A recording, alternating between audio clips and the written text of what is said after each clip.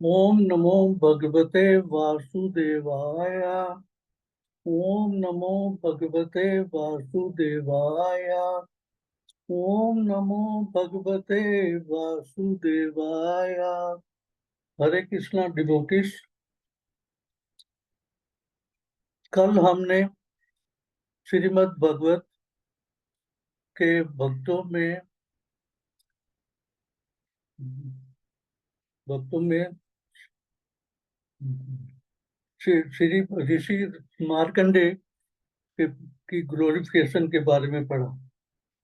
आज हम भागवत भगत अक्रूर की ग्लोरिफिकेशन करने की कोशिश करते हैं, जो जो महान भगत हैं और युद्ध वंश से बिलोंग करते हैं और श्री कृष्ण के रिश्ते में उनके चाचा लगते ताऊ लगते हैं।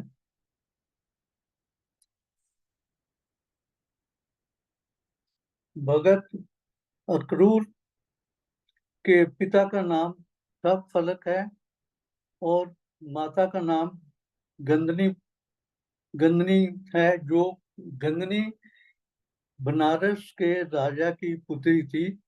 इसके इस दृष्टांत के बारे में बाद में चर्चा करेंगे। तो जब नारद मुनि ने कंस को ये बताया कि ये तेरा काल जो है देवकी पुत्र जन्म ले चुका है और वो ब्रिज में नंद बाबा के जहाँ पढ़ रहा है, तो ये नारद मुनि का संदेश सुन के कंस ने कंस ने अपने दरबारी ऑफिसर, जो कि अक्रूर कंस के दरबार में उच्च पदी पर नियुक्त थे, उसको आदेश दिया कि जाके बलराम और श्री कृष्ण को मथुरा लेके आओ। ये आदेश जो है कंस ने अक्रूर को फागुन मास की कृष्ण पक्ष की एकादशी को के दिन दिया था। तो कंस ने अक्रूर ने रात मथुरा में बता के द्वादशी के सुबह ही वो अक्रूर जी अपना रथ लेके वृंदावन की तरफ चल दिए। तो वृंदावन जाते हुए उन्होंने सोचा कि श्री कृष्ण के दर्शन होंगे, बलराम के दर्शन होंगे, मैं उनसे कैसे मिलूंगा, वो मेरा स्वागत कैसे करेंगे, तो मैं उनको दंडवत प्रणाम करूंगा, वो मुझे उठाएंगे और अपने अपने हृदय से लगाएंगे। तो ये सारा सोचते हुए अक्रूर साय टाइम गोकुल में पहुंच गए। वहां की चारागाह में पहुंचे तो उन्होंने वहां देखा कि धूली में श्री कृष्ण के चरणों के पद चिन्ह है। तो श्री अक्रूर वहां उसमें लोटपोट हो गए कि मेरे प्रभु के चरण कमल हैं, और उन्होंने ये नहीं देखा कि मैं क्या पहना हुआ है कि मैं खराब हो जाएंगे। लेकिन उनके जो कुछ टोटल सिलेंडर था, तो उन्होंने श्री कृष्ण के पद चिन्हों के की धूली ग्रहण की और उसमें लोटपोट हो गए। तो उसके बाद वो ब्रिज की तरफ चले। जब ब्रिज पहुंचे तो उस टाइम गौधूली समय था। गौधूली समय वो होता है जब गाय सारा दिन चल के वापस आती हैं और उनके पाँव से धूली धूली उड़ती है, तो उसे गौधूली समय कहते हैं। तो अक्रूर ने देखा कि श्री कृष्ण और बलराम अपने वस्त्र चेंज करके गांव को धोने जा रहे हैं, जब उन्होंने अक्रूर को देखा तो अक्रूर दंडवत प्रणाम किया। श्री कृष्ण ने उन्हें जैसा अक्रूर ने सोचा था उसे उठा के अपने सीने से लगाया और आशीर्वाद दिया। और ऐसे ही बलराम ने उनके छोड़े हुए हाथों को पकड़ा और उन्हें अपने स्थान पे घर के अंदर ले गए और पलंग पे बैठा दिया। तो उनके चरण धुलाए, उनकी मसाज की और उनकी थकान मिटाई और उनके जो चरण थे उसको अपने सिर पे थोड़ा जल छिड़का। ये होता है अतिथि सत्कार। तो जहां तक कि ग्लोरिफिकेशन से हमें ये पता लगता है कि जब हम किसी धाम पे जाते हैं तो हमें उस धाम के बारे में ही सोचना चाहिए, उसकी ग्लोरिफिकेशन करनी चाहिए। उसमें क्या है क्या नहीं है, कौन से प्रभु निवास करते हैं, कौन से हमारे गोस्वामी हैं, उनके बारे में ही चिंतन करते हुए जाना चाहिए। और चिंतन करते हुए ही हमें ये वृंदावन या दूसरे टूरिस्ट स्पॉट्स पे जाना चाहिए। तो श्री कृष्ण और बलराम अक्रूर दास को अंदर ले गए और उनको उनको पेयजल पिलाया और फल फ्रूट अर्पण किया और रात का भोजन खिलाया। और जब फिर भोजन समाप्त हुआ तो उन्होंने पूछा कि सब वहाँ कुशल तो है। तो कुशल श्री अक्रूर दास ने कहा कि जहाँ जहाँ कंस जैसा राजा हो तो वहां किसी की कुशलता कैसे हो सकती है। तो फिर श्री कृष्ण ने अक्रूर से आने का प्रयोजन पूछा कि आपके यहाँ आने का क्या कारण था, क्या प्रयोजन है। तो अक्रूर दास जी ने मतलब बताया, अक्रूर जी ने बताया कि मैं कंस के आदेश से आप दोनों को लेने आया, मथुरा ले जाने आया हूँ। और वहां धनुष यज्ञ और माल्य युद्ध के बारे में के बहाने आपको वहां बुलाया है और आपको धोखे से मार देना चाहते हैं। तो इस पे श्री कृष्ण जी हंसे। और जब आ, अक्रूर जी दंडवत प्रणाम किया था तो श्री कृष्ण ने अपने हाथ से अक्रूर को पकड़ा था। और हथेली पे जो चक्कर था उन्होंने दिखाया था, जिससे ये सिद्ध होता है कि वो बता रहे थे कि कंस मेरा क्या बिगाड़ सकता है। मैं तो उसको आश्वासन दिलवाया कि कोई डरने की बात नहीं है, हम चलेंगे। तो इस संदेश के बारे में श्री कृष्ण और बलराम ने नंद बाबा को बताया। तो नंद महाराज ने सारे ग्वालों को आदेश दिया कि अपने अपने छकड़े लेके और उस पे दूध दही और उपहार लेके चलना, सुबह चलना है। तो उनका प्रयोजन ये था कि एक तो कंस को उनका कर दे दिया जाएगा, दूसरा कोई ऊंची नीची घटना हुई तो सारे ग्वाले वहां होंगे तो समय के अनुसार देख लेंगे। तो सुबह अर्ली मॉर्निंग अक्रूर अपने नित्य कर्मों से निर्गत हो गए, अपना रथ तैयार किया और श्री कृष्ण और बलराम रथ पे जा बैठे। और बाकी जो ग्वालपाल थे उन्होंने अपने अपने छकड़ों पे दूध दही और जितने उपहार थे वो लोड कर लिए। तो इतने में गोपियों को पता लगा, तो गोपियां वहां इकट्ठी हो गई, और उनके जो ये सोच सोच के उनका बुरा हाल था कि श्री कृष्ण हमसे जुदा होने जा रहे हैं, हमें छोड़ कर जा रहे हैं, तो हम किन के बिना कैसे जिएंगे। तो और उन्होंने अक्रूर अक्रूर महात्मा को ये मन ही मन में ये श्राप भी दे दिया कि तुम भी श्री कृष्ण के वियोग में ऐसे ही तड़पोगे जैसे हमें तड़पा के जा रहे हैं। और कितना निष्ठुर है, इसका नाम अक्रूर नहीं क्रूर होना चाहिए।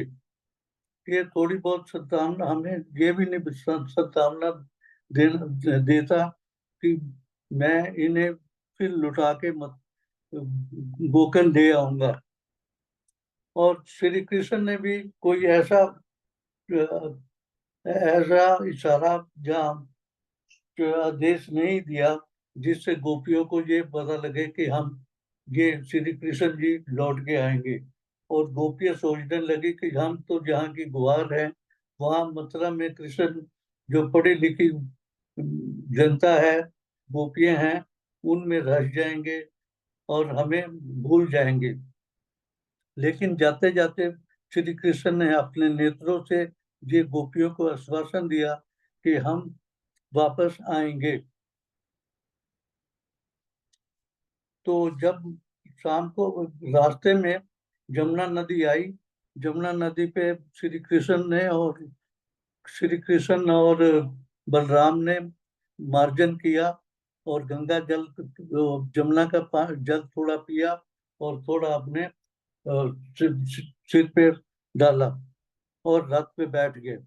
और अक्रूर महात्मा ने आदेश लेके स्नान करना करना शुरू कर दिया। और जब स्नान करने लगे तो उन्होंने अपने सामने बलराम और श्री कृष्ण को देखा। तो वो एकदम ये सोचने लगे कि वो रात पे बैठे हैं या दोबारा नहाने के लिए आ गए हैं। तो जमुना से बाहर निकल के उन्होंने देखा तो वो रथ पे ही बैठे थे। फिर अक्रूर जी ने स्नान करना शुरू कर दिया। तो श्री कृष्ण ने अपना विष्णु रूप दिखाया, और बलराम ने अपना शेषनाग स्वरूप जो है उनको दिखाया। और अक्रूर अक्रूर भगत ने झुक के सलाम किया, और स्नान करके बाहर आके और रथ चला के मथुरा की तरफ चल दिए। जब शाम को मथुरा पहुंचे तो अक्रूर ने श्री कृष्ण और बलराम को घर आने का न्योता दिया। तो श्री कृष्ण ने कहा नहीं, हम थोड़ा मथुरा घूमेंगे और हम आपके यहाँ जरूर आएंगे। तो कंस के वध के बाद श्री कृष्ण, बलराम और उद्धव अक्रूर के घर गए, और अक्रूर ने उनका स्वागत किया, उनके चरण कमल धोए, और उन्हें स्वादिष्ट भोजन खिलाया। और श्री कृष्ण ने उसे कहा, अक्रूर जी को कहा कि आप हमारे बड़े हैं, हमारा संरक्षण और हमारा ध्यान रखें। तो इससे ये पता लगता है कि श्री भगवान सदस्य होते हुए भी अपने डिवोटीज को ये एहसास करवाते हैं कि तुम हमें सबसे प्यारे हो, और तुम्हारे बिना हमारा कोई नहीं है। तो उसके बाद श्री कृष्ण ने अक्रूर जी को आदेश दिया कि वो हस्तिनापुर जाएं और वहां पांडवों का पता लगाएं।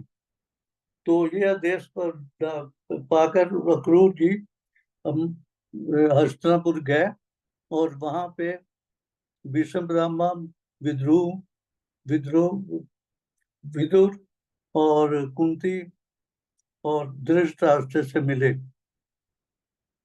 और वहां का जो भी बुरा हाल था, धृतराष्ट्र जो था वो पार्शलिटी बरत रहा था पांडवों पुत्रों पे, तो वहां का सारा हालचाल आके मथुरा में श्री कृष्ण और बलराम को बताया। तो इसके बाद श्री कृष्ण ने अपना मथुरा छोड़ के द्वारकाधीश में अपना स्थान चेंज कर लिया, और वहीं सारे नागरिकों को ले गए, और वहीं वो अग्रसेन राज्य करने लगा। तो एक दिन नागरिकों ने कहा कि सूर्य देव आपके दर्शन करने आ रहा है। एक्चुअली जो छत्र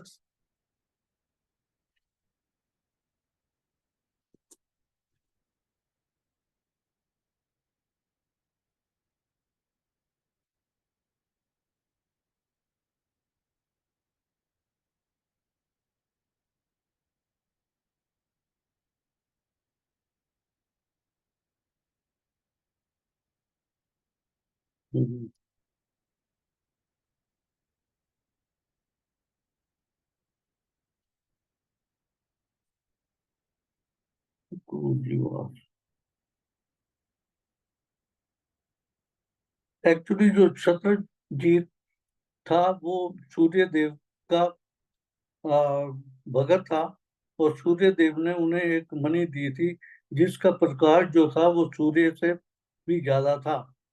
तो वो पहनकर श्री कृष्ण ने नागरिकों को बताया कि वो सूर्य देवता नहीं है, सूर्य देवता की दी हुई मणि पहनकर वो आ रहा है। तो जब वो दरबार में आया तो श्री कृष्ण ने उन्हें कहा कि ये मणि जो है ये अग्रसेन को दे दो। इसका असली स्थान जो है वो राज दरबार ही है। लेकिन चित्रसेन ने देने से मना कर दिया। तो चित्रसेन ने अपने भाई प्रसेन अपने भाई प्रसेन को वो मणि दी, और प्रसेन अपनी मणि को गले में डाल के वह घोड़े पे बैठ के शिकार करने चला गया। तो जब वो वापस नहीं आया तो शत्रुजीत ने ये बात नागरिकों में फैला दी कि श्री कृष्ण ने मेरे भाई को मरवा के वो मणि खुद ले ली है। इस कलंक को मिटाने के लिए श्री कृष्ण जी कुछ नागरिकों को लेके जंगल में गए, और घोड़े के पद चिन्हों को देखते देखते वो जंगल में पहुंच गए। वहां उन्होंने देखा कि परसेन और घोड़ा नृत्य हैं, और वहां एक शेर के पांव के निशान है जो एक गुफा में जा रहे हैं। और गुफा के द्वार पे जाके देखा तो उन्होंने देखा वो शेर भी मरा हुआ है। तो श्री कृष्ण ने नागरिकों को गुफा के बाहर ठहरने का आदेश दिया, और खुद गुफा के अंदर चले गए। गुफा के अंदर जाके उन्होंने देखा कि एक छोटा बच्चा मणि से खेल रहा है। जब श्री कृष्ण ने मणि को उठाने की कोशिश की तो बच्चे की दाई माँ आ गई और उसने शोर मचा दिया। इतने में जम्बवान वहां आया और श्री कृष्ण से युद्ध करने लगा। ये युद्ध जो है लगातार 28 दिन तक दिन रात चला। तो जितने भी नागरिक थे वो 12 दिनों तक इंतजार करके वापस लौट गए, और द्वारकाधीश जाके दुर्गा माता की पूजा करने लग पड़े कि कृष्ण की खुशहाली के लिए। तो ये युद्ध करते करते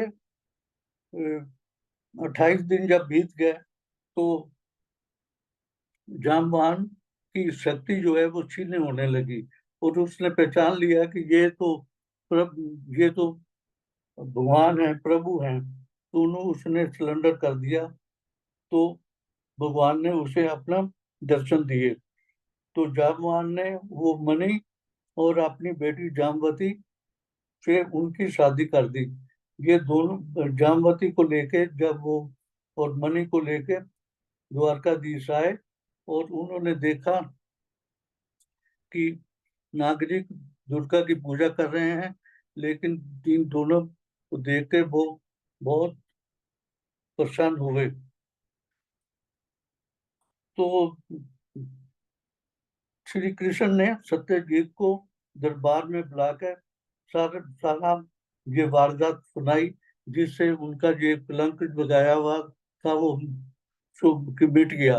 और ये सर्वजीत जो है वो बहुत शर्मिंदा हुआ और सोचने लगा मैं भगवान को कैसे प्रसन्न करूं। तो उसने अपनी बेटी सत्यभामा से श्री कृष्ण की शादी कर दी और वो मणि उन्हें देने की कोशिश की। श्री कृष्ण ने सत्यभामा से शादी तो कर ली, लेकिन वो मणि लेने से इनकार कर दिया। तो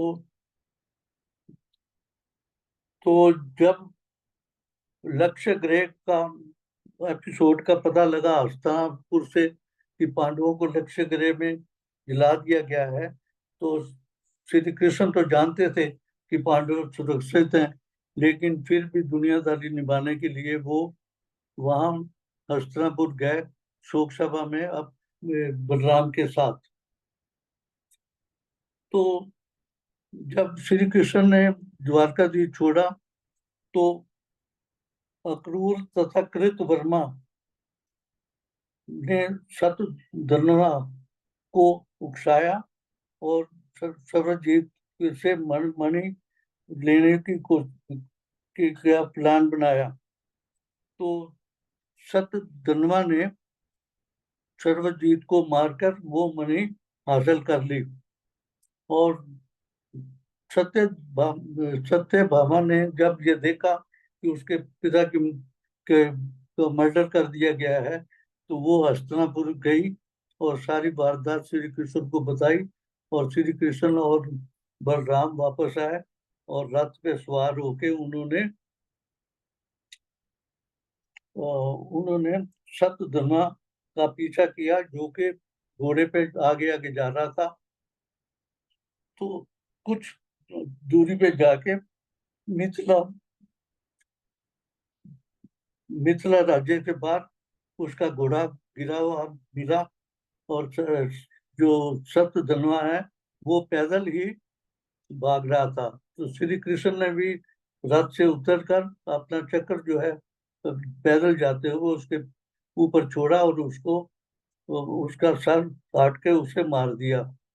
और जब वो वापस आए, वापस आके शत्रुजीत का अंतिम संस्कार किया।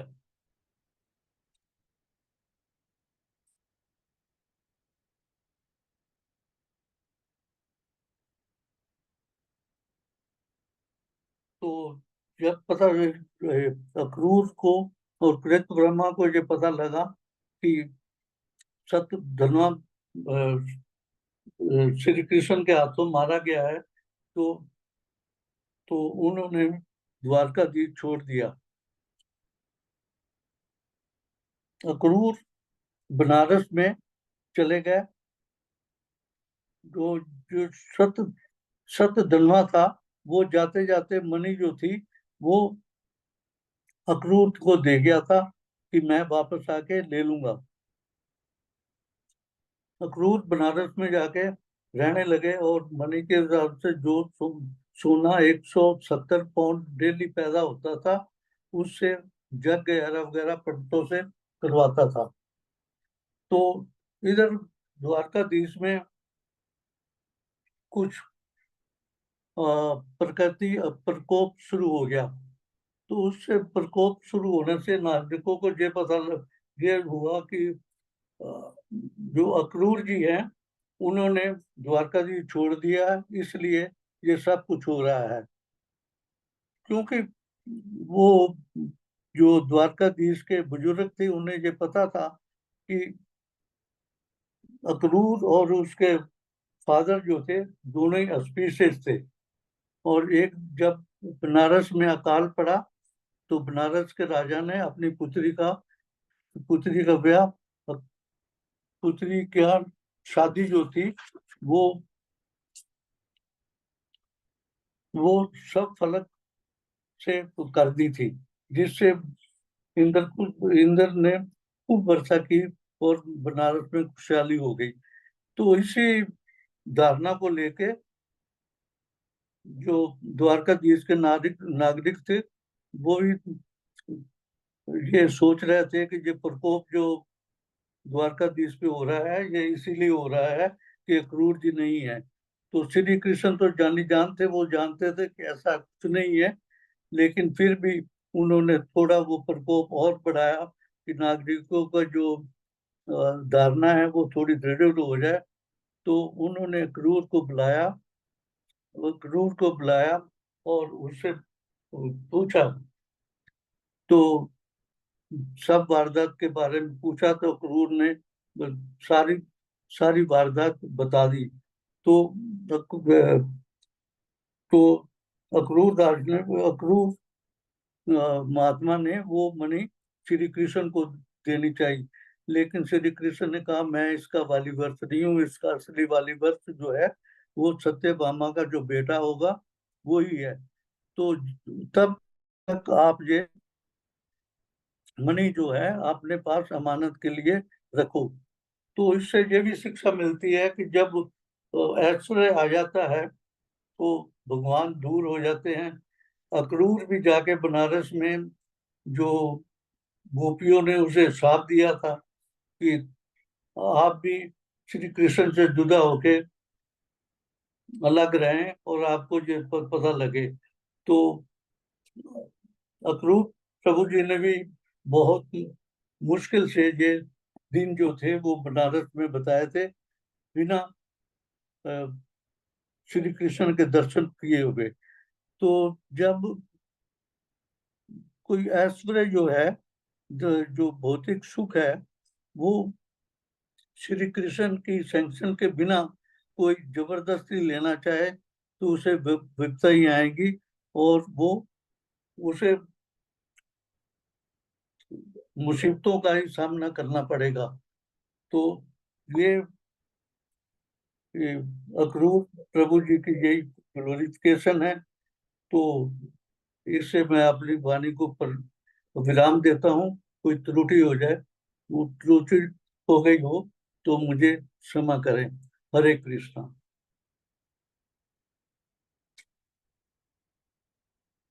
हरे कृष्णा। हरे कृष्णा।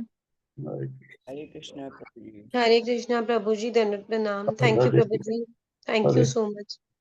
हरे कृष्णा प्रभु जी, आपने बहुत हिम्मत दिखाई। नहीं, बहुत अच्छा, वही मैं बोल रही थी कि प्रभु जी ने कितने उससे बहुत अच्छे से बोला सब कुछ।